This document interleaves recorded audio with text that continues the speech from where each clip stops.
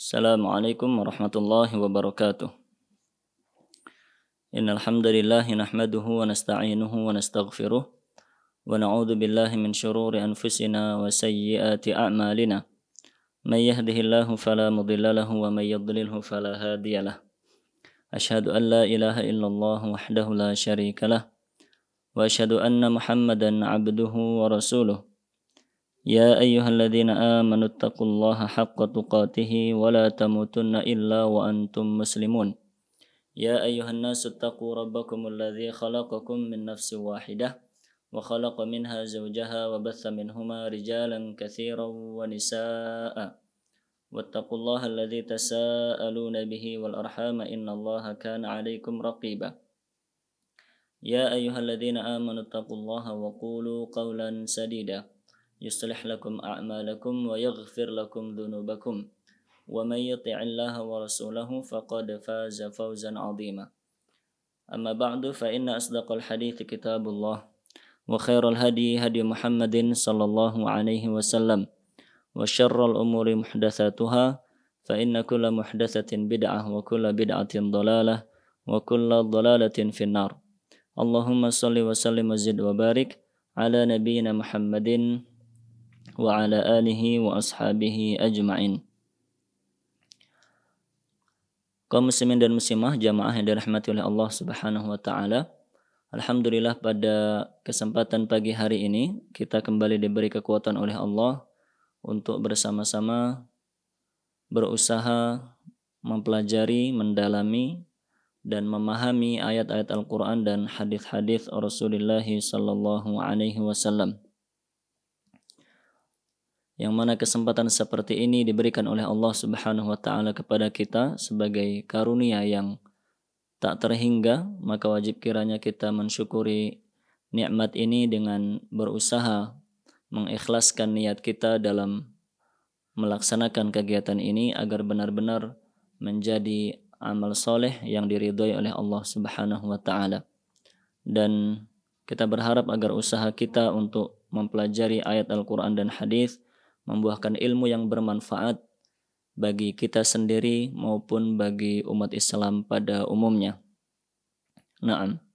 Kita melanjutkan pembahasan tentang hadis-hadis adab dan akhlak yang kita bacakan dari Sahih Bukhari.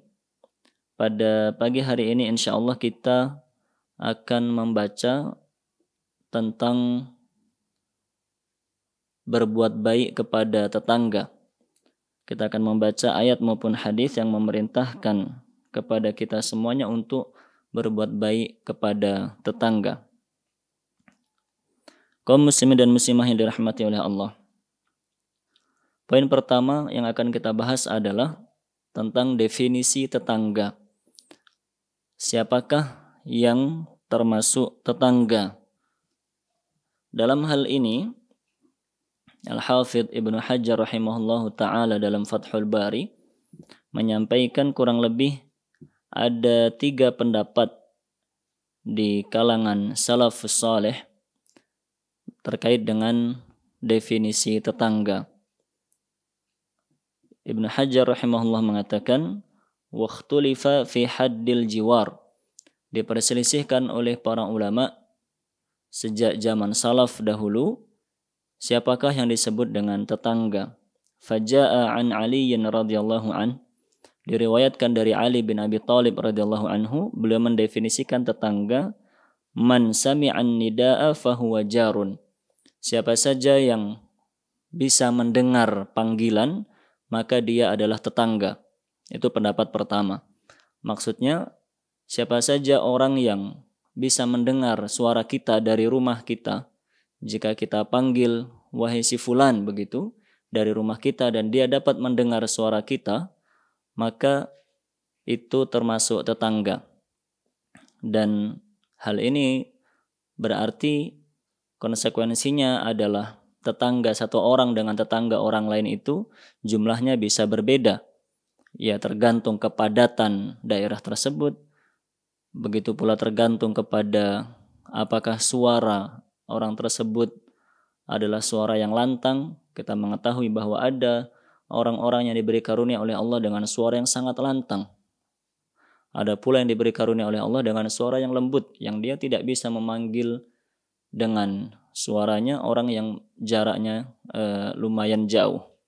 Baik laki-laki maupun wanita. Ada wanita yang suaranya lantang, atau mungkin kalau wanita mungkin suaranya melengking, begitu bisa didengar dari jarak yang jauh. Begitu pula sebaliknya, ada wanita yang suaranya lembut, pelan, dan tidak bisa diangkat lebih tinggi lagi. Demikian definisi tetangga yang disampaikan oleh Ali bin Abi Thalib radhiyallahu an, yaitu siapa saja yang bisa mendengar panggilan kita dari rumah kita, maka merekalah yang disebut dengan tetangga.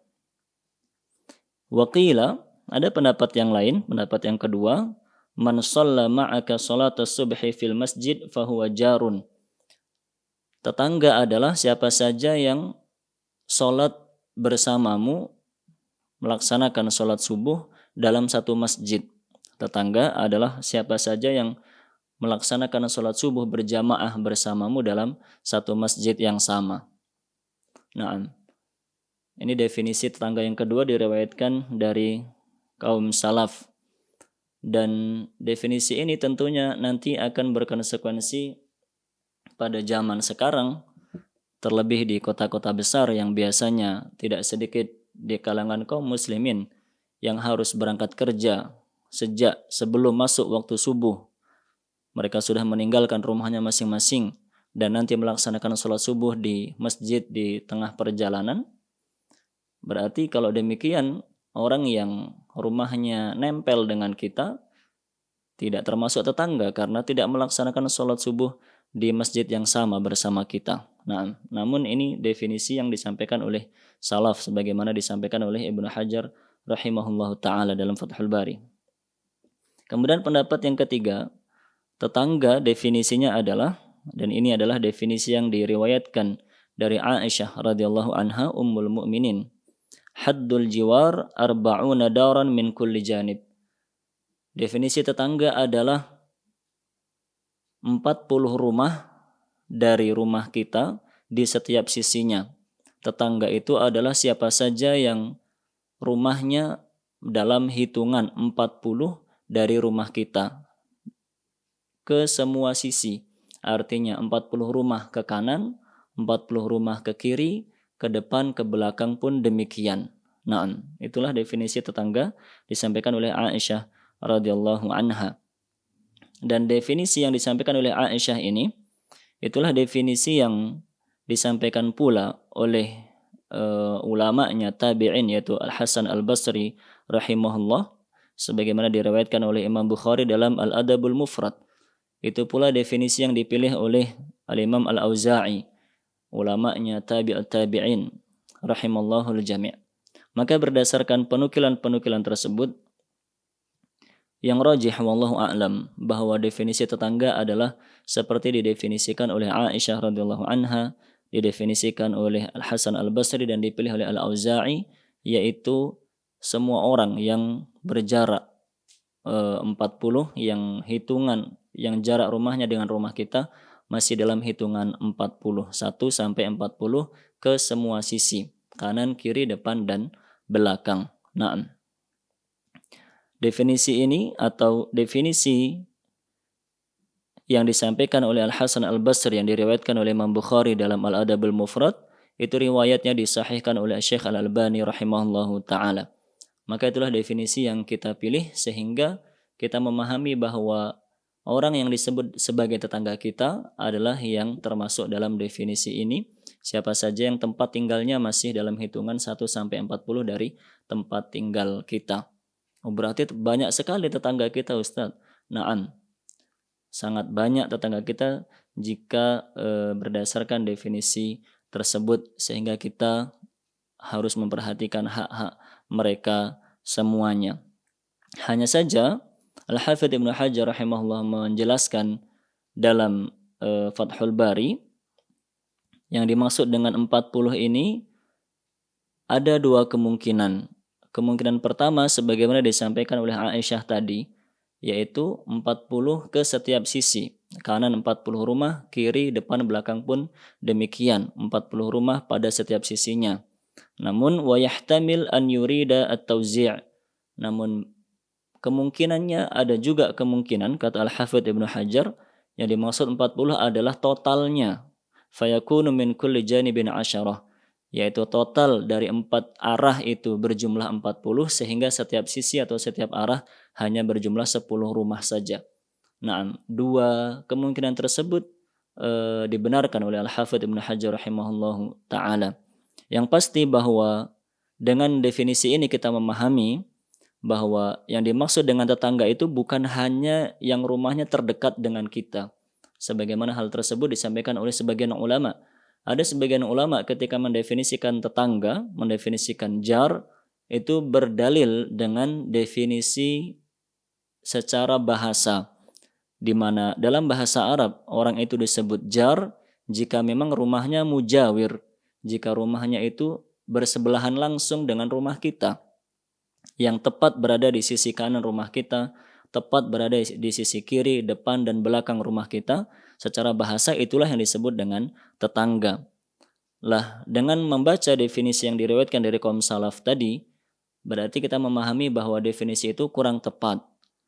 Secara bahasa memang demikian. Yang disebut dengan jar, disebut dengan tetangga adalah yang rumahnya bersebelahan langsung dengan rumah kita. Namun secara definisi syar'i, ternyata tetangga melebar. Bukan hanya yang bersebelahan langsung, tapi sampai 10 atau bahkan sampai 40 rumah pada setiap sisinya. Wallahu a'lamu bissawab. Naam.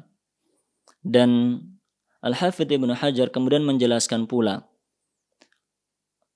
yang termasuk tetangga selain dalam hitungan tadi 10 atau sampai 40 rumah dalam setiap sisi tadi, maka beliau menjelaskan wasmul jar yashmalul muslima wal kafir.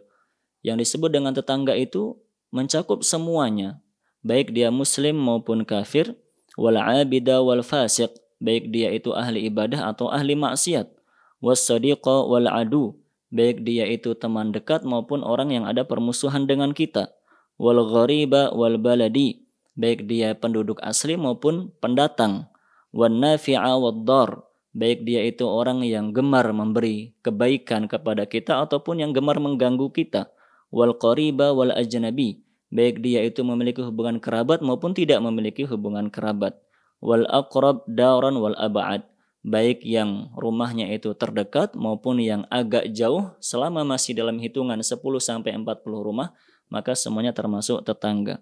Walahu maratibu ba'duha a'la min ba'd, dan setiap tetangga itu nanti haknya berbeda-beda sesuai dengan status daripada tetangga tersebut sebagaimana nanti akan kita jelaskan.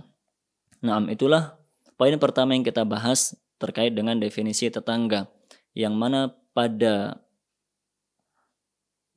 poinnya tadi Ibnu Hajar menekankan bahwa tetangga itu siapa saja. Dia tidak harus orang muslim baru kita anggap sebagai tetangga. Bahkan sekalipun dia kafir, jika memang dia termasuk yang tempat tinggalnya dalam hitungan 10 atau 40 rumah dari rumah kita, maka dia tetap dianggap sebagai tetangga. Begitu pula baik dia ahli ibadah ataupun dia ahli maksiat dan seterusnya sebagaimana disampaikan oleh Al-Hafidz Ibnu Hajar rahimahullahu taala. Nah, terkait dengan perintah untuk berbuat baik kepada tetangga, itu difirmankan oleh Allah Subhanahu wa taala dalam surat An-Nisa ayat ke-36, yaitu Allah Subhanahu wa taala berfirman, wa'budullah wa la tusyriku bihi syai'a, dan beribadahlah kalian kepada Allah semata, jangan kalian menyekutukannya dengan apapun. Wabil walidaini ihsana, dan berbuat baiklah kalian, berbaktilah kalian kepada orang tua kalian. Wabidil qurba, berbuat baiklah kepada karib kerabat, wal yatama, berbuat baiklah kepada anak yatim, wal masakin, berbuat baiklah kepada orang-orang miskin, wal jari dzil qurba wal jaril junub, berbuat baiklah kepada tetangga dzil qurba yang memiliki hubungan kerabat, wal jaril junub, maupun tetangga yang tidak memiliki hubungan kerabat, dan sampai akhir ayat Allah menjelaskan dalam ayat tersebut. Yang intinya pada ayat tersebut, ketika Allah memerintahkan kepada kita untuk melaksanakan amal-amal kebaikan, Allah membukanya dengan perintah beribadah kepada Allah saja. Perintah untuk bertauhid, hanya menyembah, menghambakan diri kepada Allah. Setelah itu, setelah Allah menjelaskan kewajiban kita terhadap Allah, hablun minallah, Allah menjelaskan hablun minan nas, hubungan-hubungan baik antar sesama umat manusia yang diperintahkan oleh Allah.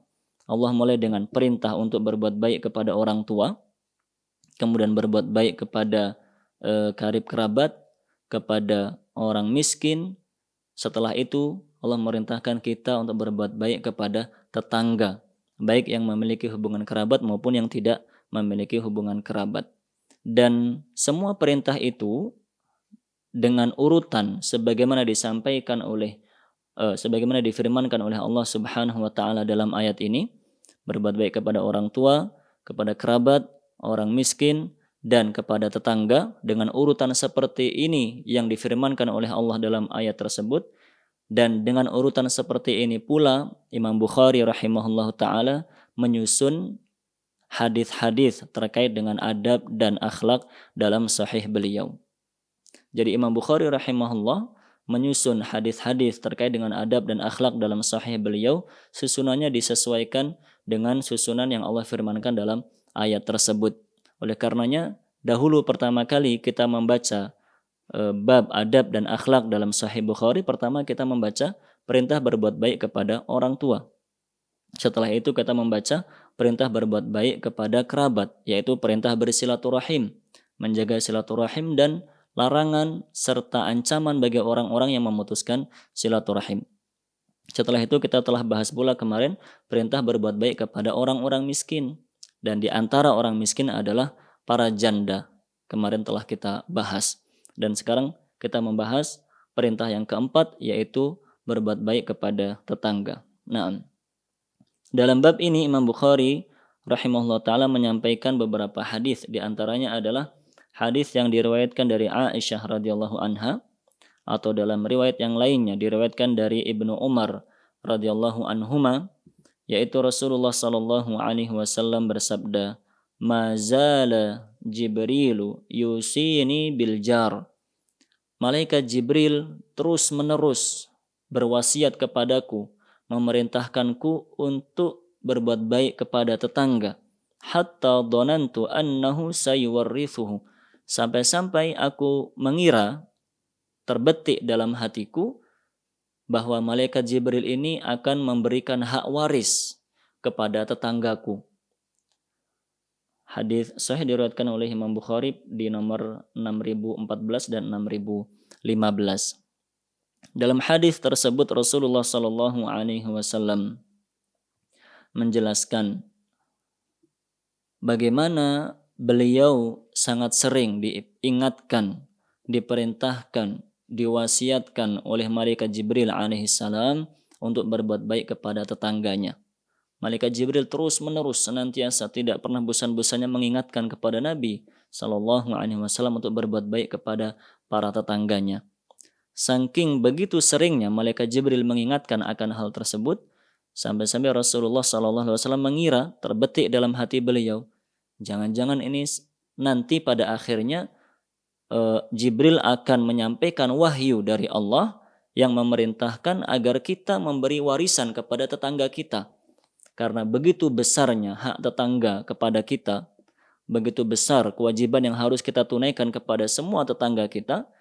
Oleh karenanya malaikat Jibril senantiasa mengingatkan beliau sallallahu alaihi wasallam, sampai-sampai beliau mengira demikian. Mengira bahwa nanti mungkin pada akhirnya akan ada firman Allah yang dibawa oleh malaikat Jibril memerintahkan kepada Nabi Muhammad sallallahu alaihi wasallam untuk memberikan hak waris kepada tetangga. Naam. Yang dimaksud dengan memberikan hak waris di sini yaitu sebagai gambaran betapa besarnya hak tetangga di pundak kita semuanya. Itu harus kita ingat. Tetangga itu memiliki hak yang sangat besar. Kebalikannya, kita memiliki kewajiban yang sangat besar yang harus kita tunaikan kepada semua tetangga kita. Sampai-sampai sebagai gambaran betapa besarnya haknya tetangga, seakan-akan dia akan mendapatkan warisan dari kita. sebagaimana anak-anak kita, orang tua kita, saudara-saudara kita mendapatkan warisan dari harta yang kita tinggal ketika kita meninggal dunia. Naam. Dalam Fathul Bari, Al-Hafidh Ibnu Hajar rahimahullah ta'ala menukilkan perkataan Ibnu Abi Jamrah. Al-mirathu ala qismain, hissi wa ma'nawi. Warisan itu ada dua jenis. Warisan ada dua jenis. Ada warisan hissi, warisan yang berupa fisik, harta benda. Wa ma'nawi, ada warisan yang sifatnya ma'nawi, hal yang tidak nampak. Fal hissi huwal muradu huna.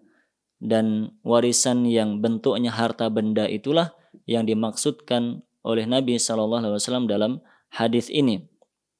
Maksudnya bahwa beliau mengira sampai-sampai nanti pada akhirnya malaikat Jibril akan memerintahkan beliau atau menyampaikan kepada beliau perintah Allah yang memerintahkan agar memberikan warisan kepada tetangga berupa harta benda atau harta warisan. Namun itu tidak terjadi. Hanya saja beliau menyampaikan di sini sebagai penekanan akan besarnya hak tetangga. Lah ada bentuk warisan yang kedua. Ini penting untuk kita pahami bersama. Wal ma'nawi mirathul ilm. Warisan yang maknawi, warisan yang bentuknya itu sesuatu yang tidak nampak, warisan yang abstrak adalah warisan ilmu. Wa yumkin an yalhad huna, dan ini mungkin juga menjadi poin yang ingin disampaikan atau diisyaratkan oleh Rasulullah sallallahu alaihi wasallam. Fa inna haqqal jar, karena di antara hak tetangga itu alal jar, yang harus ditunaikan oleh tetangganya adalah an yu'allimahu ma yahtaju ilaih, yaitu untuk diajari apa saja yang dia butuhkan, untuk diajari kebaikan-kebaikan yang dia perlukan dalam kehidupan ini. Maksudnya begini, kaum muslim dan muslimat dirahmati oleh Allah. Ibnu Abi Jamrah di sini menyampaikan warisan itu bisa berupa warisan harta benda, bisa berupa warisan ilmu.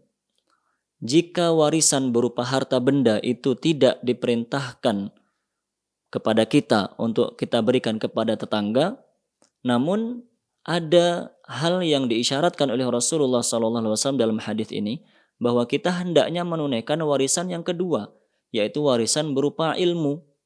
Maksudnya apa? Maksudnya ketika kita mengetahui kebaikan, maka hendaknya kebaikan itu pula kita ajarkan kepada tetangga kita.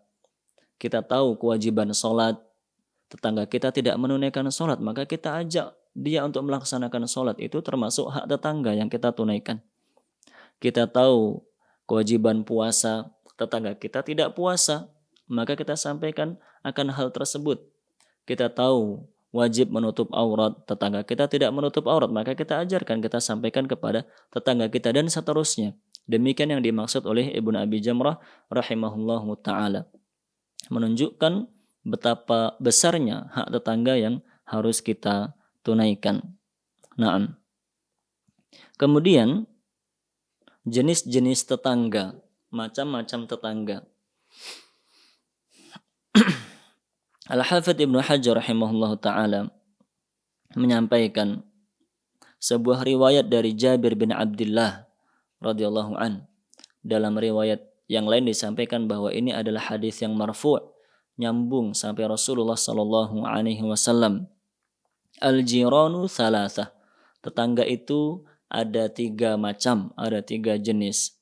Jarun lahu haqqun. Yang pertama, tetangga yang hanya memiliki satu hak yang harus kita tunaikan, wa huwal musyrik lahu haqqul jiwar, yaitu tetangga yang non muslim. Tetangga non muslim, maka dia memiliki satu hak, dan satu hak ini sangat besar yang harus kita tunaikan, yaitu hak sebagai tetangga. Maka jika kita memiliki tetangga yang non muslim, kita diperintahkan oleh Allah Subhanahu wa taala untuk berbuat baik kepadanya. Naam. Yang kedua, wajarun lahu haqqan. Yang kedua, tetangga yang memiliki 2 hak yang harus kita tunaikan. Wa huwal muslim, yaitu tetangga yang beragama Islam. Lahu haqqul jiwar wa haqqul Islam. Dia memiliki 2 hak. Yang pertama, hak sebagai tetangga. Yang kedua, hak sebagai saudara seagama Islam. Dia memiliki 2 hak. Yang keduanya harus kita tunaikan.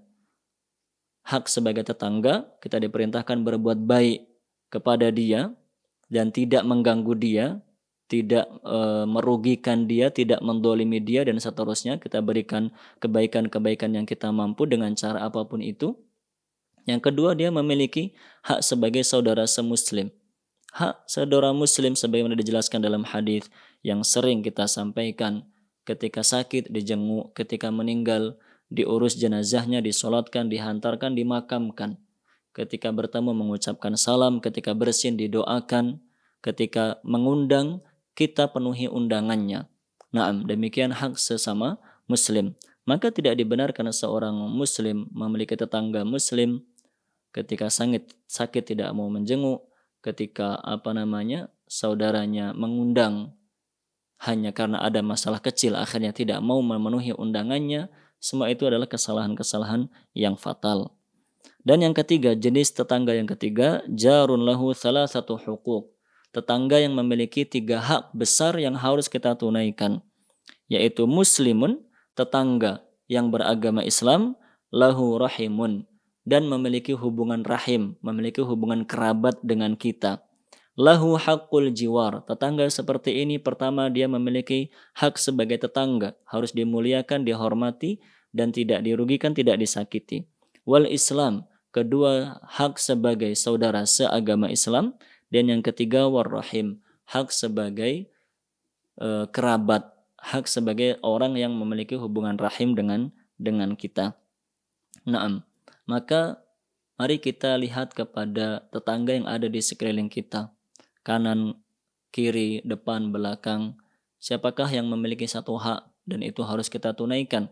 Siapa di antara mereka memiliki 2 hak? Harus kita tunaikan dua-duanya. Yang memiliki 3 hak itu lebih diutamakan. Dia sebagai tetangga, sebagai saudara muslim, dan sebagai kerabat kita. Maka semuanya harus kita tunaikan dan itu diperintahkan oleh Allah Subhanahu wa ta'ala. Naam. Lalu bagaimanakah cara kita berbuat baik kepada tetangga? Tetangga yang jumlahnya tidak sedikit tadi, dan tetangga yang memiliki hak yang berbeda-beda satu dengan yang lainnya. Bagaimana cara kita berbuat baik kepada mereka semuanya? Al-Hafidh Ibnu Hajar mengatakan, wa yahsulu imtithalul wasiyati bihi, dan cara melaksanakan perintah untuk berbuat baik kepada tetangga ini bi'isali durubil ihsani ilaih, yaitu dengan memberikan segala macam kebaikan bihasabit taqah, sesuai dengan kemampuan kita.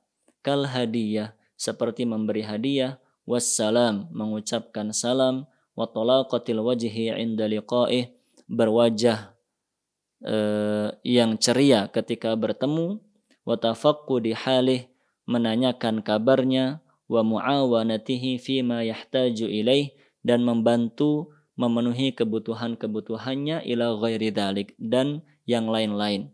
Segala macam kebaikan. Memberi hadiah. Hadiah bisa berupa makanan, ketika masak kita berikan kepada tetangga kita. Hadiah bisa berupa harta, kita berinfak dan bersedekah kepadanya. Hadiah bisa berupa pakaian, dan seterusnya. Apa saja bisa kita lakukan. Bantuan-bantuan tetangga, misalnya ada pagarnya yang rusak, dia tidak bisa membenarkan, kita tahu caranya membenarkan, kita bantu dia membenarkan pagarnya tersebut. Dan apa saja yang bisa kita lakukan berupa kebaikan untuknya, itu adalah cara kita melaksanakan wasiat dan perintah Allah Subhanahu wa taala serta perintah Rasulullah sallallahu alaihi wasallam. Namun tidak cukup sampai di situ. Al-Hafidh Ibnu Hajar melanjutkan, wa kaffu asbabil adza anhu, dan menjauhi, menahan diri dari berbagai hal yang bisa menyakitinya, ala ikhtilafi anwa'ihi, apapun bentuknya, hissiyatan kanat am ma'nawiyah, baik yang menyakiti fisiknya ataupun menyakiti perasaannya. Apa saja yang bisa mengganggu tetangga. Kita menyetel, apa saja yang kita setel dan kita nyalakan dengan suara yang sangat keras mengganggu tetangga, itu tidak boleh. Kita membuat acara yang misalnya kita mengumpulkan banyak orang hingga orang yang jumlahnya banyak itu mengganggu tetangga kita, maka tidak boleh. Jika ada hal-hal yang ingin kita lakukan dan kira-kira itu harus atau mau tidak mau harus melibatkan dan mengganggu kenyamanan tetangga, maka harus kita sampaikan dan kita koordinasikan dengan baik agar tetangga tidak merasa terganggu. Nah, hadis selanjutnya yang disebutkan oleh Imam Bukhari dalam bab ini yaitu dari Abu Shuraih anna Nabiya sallallahu alaihi wasallam qala, bahwa Rasulullah sallallahu alaihi wasallam bersabda, wallahi la yu'min, demi Allah tidaklah beriman. Wallahi la yu'min, demi Allah tidaklah beriman. Wallahi la yu'min, demi Allah tidaklah beriman. Beliau mengatakan 3 kali. Atau dalam riwayat yang lainnya dari Ka'ab bin Malik, Rasulullah SAW bersabda dengan redaksi la yadkhulul jannah, tidak akan masuk surga, sebanyak 3 kali. Tidak akan masuk surga, tidak akan masuk surga. Jadi hadis ini diriwayatkan dengan beberapa riwayat yang berbeda dan redaksinya berbeda. Redaksi yang disampaikan oleh Imam Bukhari berbunyi demi Allah tidaklah beriman. Demi Allah tidaklah beriman sebanyak 3 kali. Adapun dalam riwayat yang lainnya Imam Tabrani meriwayatkan tidak masuk surga. Tidak masuk surga. Qila wa man ya Rasulullah? Ada yang bertanya. Dijelaskan dalam riwayat yang lainnya bahwa yang bertanya ini adalah Abdullah bin Mas'ud radhiyallahu anhu. Wa man ya Rasulullah? Siapa itu wahai Rasul yang tidak beriman, tidak masuk surga? Siapa itu wahai Rasul sallallahu alaihi wasallam? Qal, beliau menjawab, alladzi la ya'manu jaruhu bawa'iqahu, yaitu orang yang tetangganya tidak merasa aman dari gangguan-gangguannya. Orang yang tetangganya tidak selamat dari gangguan dan keburukan-keburukannya. Nah, hadis diriwayatkan oleh Imam Bukhari di nomor 6016. Kaum muslimin dan muslimah dirahmati oleh Allah Subhanahu wa taala. Hadis ini berisi ancaman yang sangat luar biasa mengerikan, di mana beliau sallallahu alaihi wasallam mengatakan tidak beriman. Maksudnya tidak beriman di sini dijelaskan oleh Al-Hafidz Ibnu Hajar, wa muraduhu al-imanul kamil. Artinya tidak sempurna imannya seseorang. Jadi yang ditiadakan oleh Rasulullah SAW bukan iman secara keseluruhan, akhirnya menjadi kafir, tidak. Jadi makna hadis ini bukan orang yang mengganggu tetangganya berarti dia kafir. Kenapa? Karena kata Rasulullah SAW tidak beriman. Tidak demikian. Yang dimaksud oleh Rasulullah SAW adalah tidak sempurna imannya. Siapakah itu? Orang yang mengganggu tetangganya. Tidak sempurna imannya. Beliau sampaikan sebanyak 3 kali. Nah, beliau SAW menjelaskan dalam hadis ini, mengancam dengan ancaman yang diulang sebanyak 3 kali, bahwa orang-orang yang mengganggu tetangganya, yang membuat tetangga itu tidak merasa aman, membuat tetangga tidak merasa nyaman, membuat tetangga merasa terusik, merasa terganggu, merasa dirugikan, merasa tidak tenang hidupnya, maka orang yang seperti itu adalah orang yang tidak sempurna imannya. Atau bahkan dalam riwayat yang lain tadi disampaikan tidak masuk surga. Artinya bagaimana? Artinya adalah la yujaza mujazatal mu'min. Dia akan diberi ganjaran nanti di akhirat dengan ganjaran yang berbeda dengan ganjarannya orang-orang mukmin. Bidukhulil jannati min awwali wahlah, yaitu dia tidak akan langsung masuk surga. Makna hadis tadi tidak masuk surga orang yang mengganggu tetangganya disampaikan oleh Al-Hafidz Ibnu Hajar, yaitu maksudnya dia nanti di akhirat tidak akan langsung masuk surga. Berarti dia akan disiksa terlebih dahulu di dalam neraka, wal'iyadzubillahi min dalik. Orang seperti ini yang mengganggu tetangganya, gangguan apa saja. Gangguan itu bisa dengan suara, bisa dengan perbuatan, kelakuan, bisa dengan sampah misalnya. Apa saja yang mengganggu dan merugikan tetangga, maka jika itu dilakukan dan secara sadar atau bahkan dengan sengaja atau awalnya tidak tahu dan ketika dikasih tahu masih ngeyel saja, maka orang seperti ini diancam oleh Rasulullah SAW dengan ancaman bahwa imannya tidak sempurna. Dalam riwayat yang lainnya bahkan disampaikan dia tidak akan masuk ke dalam surga secara langsung. Dia harus disiksa terlebih dahulu di dalam api neraka. Wal'iyadzubillahi min dalik. Nah, kemudian hadis yang ketiga yang disebutkan oleh Imam Bukhari rahimahullah dalam bab ini. Hadis dari Abu Hurairah radhiyallahu anhu, kana Nabi sallallahu alaihi wasallam yaqul, Rasulullah sallallahu alaihi wasallam bersabda, ya nisa al-muslimat, wahai wanita-wanita muslimah, la tahqiranna jaratun li jaratiha walau firsana syatin. Janganlah seorang wanita itu meremehkan atau menganggap remeh kebaikan yang diberikan kepada tetangganya walaupun hanya kaki kambing. Wahai sekalian kaum mukminah, wahai sekalian kaum muslimah, janganlah seseorang muslimah itu menganggap remeh kebaikan yang diberikan kepada tetangganya meskipun hanya kaki kambing. Nah, hadis sahih diriwayatkan oleh Imam Bukhari dalam nomor 6017.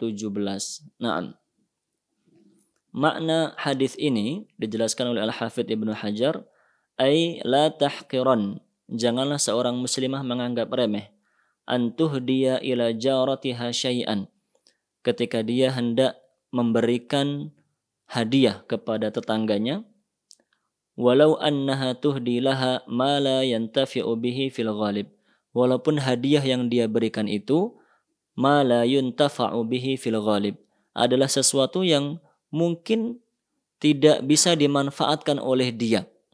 Walaupun hadiah yang dia berikan itu adalah hal yang tidak bisa dimanfaatkan, tidak dibutuhkan lagi oleh dia. Nah, itulah makna hadis tersebut. Kaum muslimin dan muslimah yang dirahmati oleh Allah. Sehingga yang dimaksud oleh Rasulullah SAW dalam hadis ini adalah menggambarkan kepada kita bahwa kebaikan apa saja yang kita berikan kepada tetangga kita itu nilainya sangat besar. Kebaikan apa saja yang kita berikan kepada tetangga kita, apapun bentuknya, maka itu bernilai besar di sisi Allah Subhanahu wa taala. Kenapa demikian? Tadi kita bacakan ayatnya dalam surat An-Nisa, Allah menyebutkan perintah berbuat baik kepada tetangga itu setelah perintah beribadah kepada Allah, setelah perintah untuk berbuat baik kepada orang tua, setelah perintah berbuat baik kepada kerabat dan kepada orang miskin. Disebutkan dalam satu ayat bersama dengan perintah-perintah agung yang lainnya. Berarti kebaikan apapun yang kita berikan kepada tetangga kita akan sangat bernilai besar di sisi Allah Subhanahu wa taala. Dalam hadis tadi beliau menjelaskan, walaupun yang diberikan itu hanya kaki kambing. Maksudnya sesuatu yang tidak bermanfaat. Ini karena berbeda adat kita dengan masyarakat pada waktu itu. Kita ketahui bahwa kebiasaan orang-orang Arab ketika mengkonsumsi kambing, yang dikonsumsi dagingnya saja, begitu kan? Bahkan itu sampai saat ini. Kebiasaan orang-orang Arab ketika menyembelih kambing, dimakan dagingnya saja. Jeroan tidak akan dimakan sama mereka. Kaki dibuang sama mereka, tidak dimakan. Beda dengan kita. Orang Indonesia Masya Allah, saking kreatifnya begitu, tidak ada yang luput, tidak ada yang terbuang dari kambing itu. Apa saja bisa dimasak. Jadi tidak bisa kita jadikan dalil dengan, tidak bisa kita jadikan argumen, soto kaki kambing, soto kikil, itu enak sekali Ustadz. Itu bukan sesuatu yang remeh. Naam, jika kita lihat dengan kacamata kita. Namun dilihat dengan kacamata masyarakat pada zaman itu, masyarakat Arab pada masa itu adalah sesuatu yang tidak bermanfaat. Oleh karenanya sebagaimana disebutkan oleh Al-Hafidz Ibnu Hajar tadi, ketika kita ingin berbuat baik kepada tetangga kita walaupun dengan hal yang mungkin tidak kita butuhkan. Misalnya baju misalnya. Kita memiliki baju, kita bekerja di sebuah instansi, di situ kita dengan mudah mendapatkan baju karena memang tempat kerja kita adalah produsen baju, misalnya produsen pakaian, pabrik, garment misalnya. Kita dengan sangat mudah setiap bulan dikasih sekian baju, mungkin entah yang sisa produksi atau dan seterusnya. Sangat mudah kita mendapatkan pakaian untuk kita dan keluarga kita. Sampai-sampai pakaian itu kelebihan. Kita merasa tidak membutuhkan baju itu. Ada satu ketika kita mendapatkan lagi hadiah baju, kita nggak butuh baju, sudah kelebihan baju, lemari sudah nggak muat. Maka kita berikan kepada tetangga kita.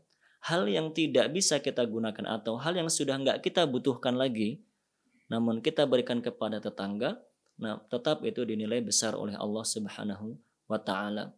Apalagi jika yang kita berikan itu adalah sesuatu yang bernilai bagi kita, maka itu pahalanya akan lebih besar lagi di sisi Allah Subhanahu wa taala. Naam. Kemudian hadis yang terakhir yang disebutkan oleh Imam Bukhari dalam bab ini yaitu hadis dari Abu Hurairah radhiyallahu anhu beliau mengatakan qala Rasulullah sallallahu alaihi wasallam man kana yu'minu billahi wal yawmil akhir. Siapa saja yang beriman dengan Allah dan beriman dengan hari akhirat, fala yu'dhi jarah, maka janganlah dia mengganggu tetangganya. Wa man kana yu'minu billahi wal yawmil akhir falyukrim dhaifah. Siapa saja yang beriman kepada Allah dan hari akhirat, maka hendaklah dia memuliakan tamunya. Wa man kana yu'minu billahi wal yawmil akhir falyaqul khairan aw liyasmut. Siapa saja yang beriman kepada Allah dan hari akhirat, hendaklah dia berkata-kata yang baik atau dia diam.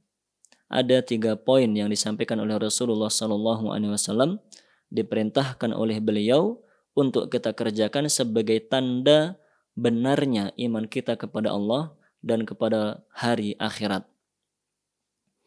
Dan yang kita bahas adalah poin yang pertama, yaitu Rasulullah SAW mengatakan, siapa saja yang beriman kepada Allah dan beriman kepada hari akhirat, maka janganlah dia mengganggu, janganlah dia menyakiti, janganlah dia merugikan, mendolimi tetangganya. Naam. Maksudnya, sebagaimana disebutkan dalam hadis sebelumnya tadi, bahwa orang yang imannya sempurna, di antara ciri-cirinya adalah ketika dia berbuat baik kepada tetangganya. Di antara ciri seorang mukmin yang imannya itu baik, imannya itu sempurna adalah ketika dia tidak mengganggu tetangganya. Ketika dia memuliakan, menghormati, menyayangi tetangganya. Itulah ciri-ciri iman sempurna. Oleh karenanya beliau tadi mengatakan, siapa yang beriman kepada Allah, beriman kepada hari akhirat, maka jangan mengganggu tetangganya. Yang dimaksud di sini adalah iman yang sempurna. Sehingga bukan berarti orang yang mengganggu tetangga berarti tidak beriman, tidak demikian. Yang dimaksud adalah iman sempurna, artinya siapa yang imannya sempurna, maka bisa kita lihat di antara tanda-tandanya adalah ketika dia menghormati, menyayangi tetangganya dan tidak mengganggu tetangganya. Nah, kemudian Al-Hafidz Ibnu Hajar rahimahullahu taala menjelaskan kenapa disebutkan dalam hadis ini dan hadis-hadis yang lainnya. Sering Allah sampaikan atau Rasulullah SAW sampaikan, siapa yang beriman kepada Allah dan beriman kepada hari akhirat. Kenapa digabungkan 2 hal itu? Al-Hafidz Ibnu Hajar rahimahullah mengatakan, wa khassahu billahi wal yawmil akhir isyaratan ilal mabda'i wal ma'ad.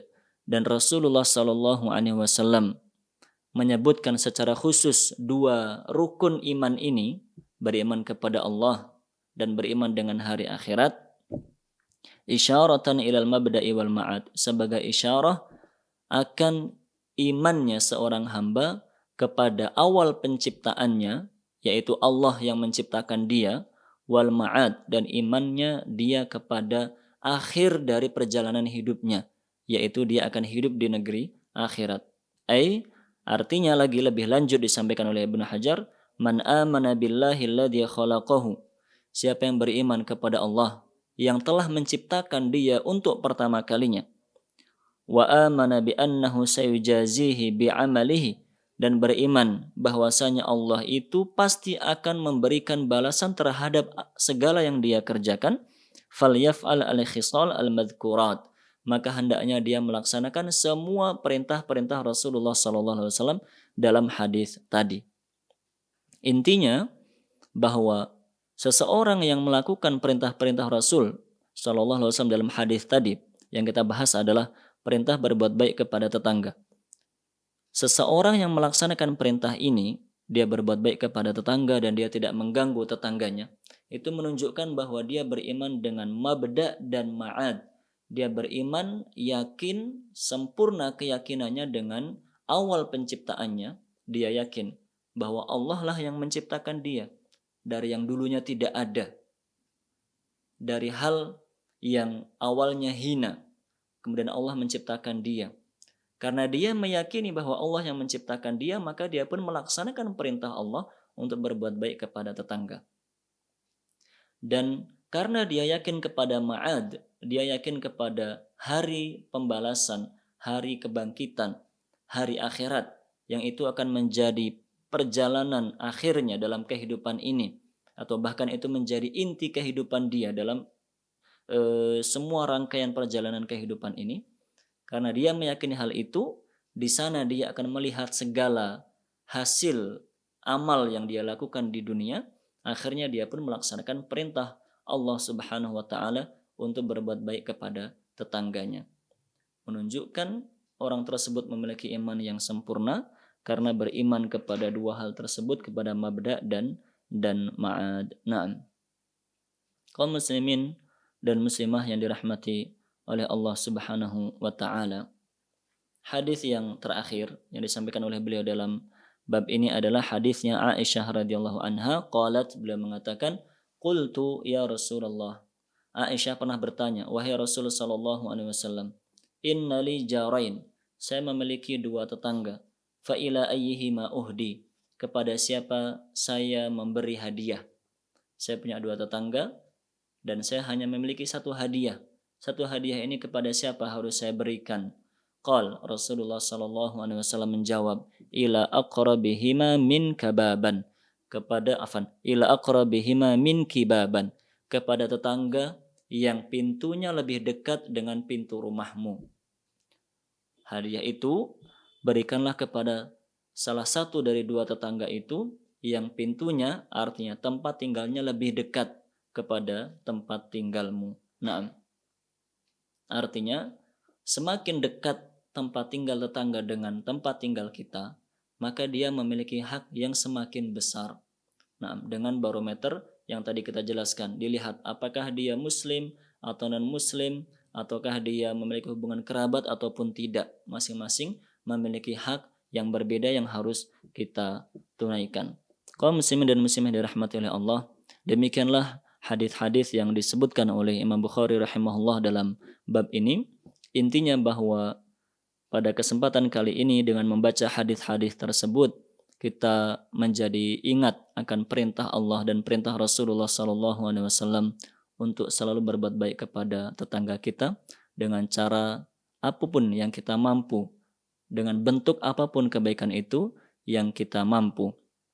Dan kita harus ingat bahwa ancaman bagi orang-orang yang mengganggu, menyakiti tetangganya itu diancam oleh Rasulullah SAW dalam hadis tadi dengan ancaman bahwa imannya tidak sempurna, atau bahkan dalam riwayat yang lainnya disebutkan tidak akan masuk surga secara langsung. Dia harus disiksa terlebih dahulu dalam api neraka. Sehingga karena ada ancaman siksaan neraka bagi orang yang mengganggu tetangganya, disimpulkan oleh Al-Hafidh Ibnu Hajar dalam Fathul Bari, berarti mengganggu tetangga itu termasuk kabair. Mengganggu tetangga itu termasuk dosa besar. Harus kita ingat, mengganggu tetangga, merugikan tetangga, menyakiti tetangga itu perbuatan dosa, dan bukan dosa biasa, dia dosa besar. Dari mana disimpulkan dosa besar? Dari ancaman siksa neraka kepada orang yang mengganggu tetangganya. Nah, oleh karena itu, mari bersama-sama kita berusaha melaksanakan semua perintah Allah dan perintah Rasulullah SAW dalam pembahasan ini. Semoga dengan itu kita menjadi hamba yang diridhai oleh Allah Subhanahu wa taala. Naam.